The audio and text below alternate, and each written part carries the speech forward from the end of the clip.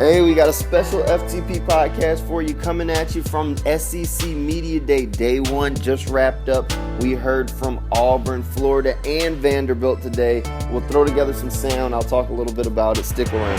This is the FTP podcast.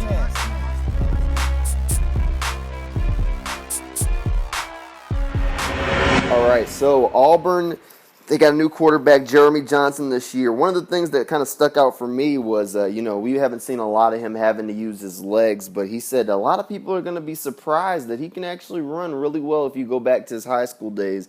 And Coach Gus said the offense is going to be, it's not going to change in fundamentals, but it's not going to necessarily be as much zone read, because he said Nick Marshall was probably one of the best zone runners ever to come through college football.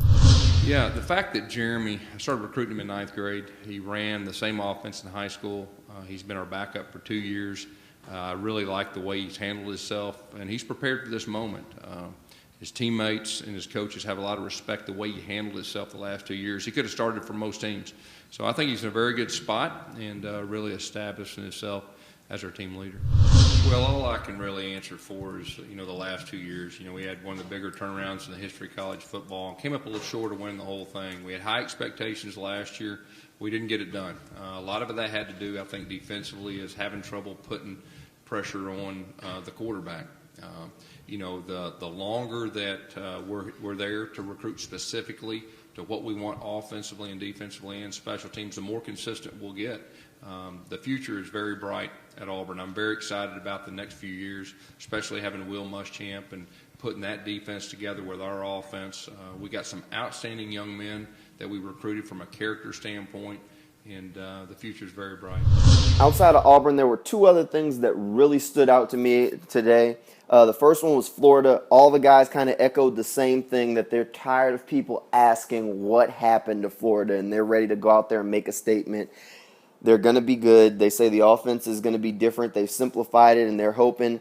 I personally love Vernon Hargraves. I think he's the best corner in the nation. I'm saying it right now. All right, the other thing is the new SEC commissioner, Greg Sankey. Seems like a wonderful guy, great guy. I like him so far. He had a lot to say about the state of the SEC. One of the other things he said, he keeps getting the question from the media of, how does he feel about an expanded playoff route? Obviously, because, people think the SEC championship and that whole deal.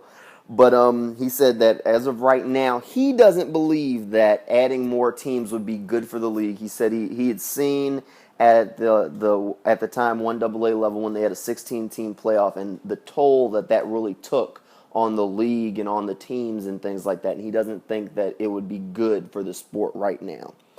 I'll have more coverage from SEC Media Days coming up later this week. We'll get it to you as it comes out. Stick around. As always, you can find us on Twitter, SoundCloud, Instagram. Just search From the Press Box and we'll pop up.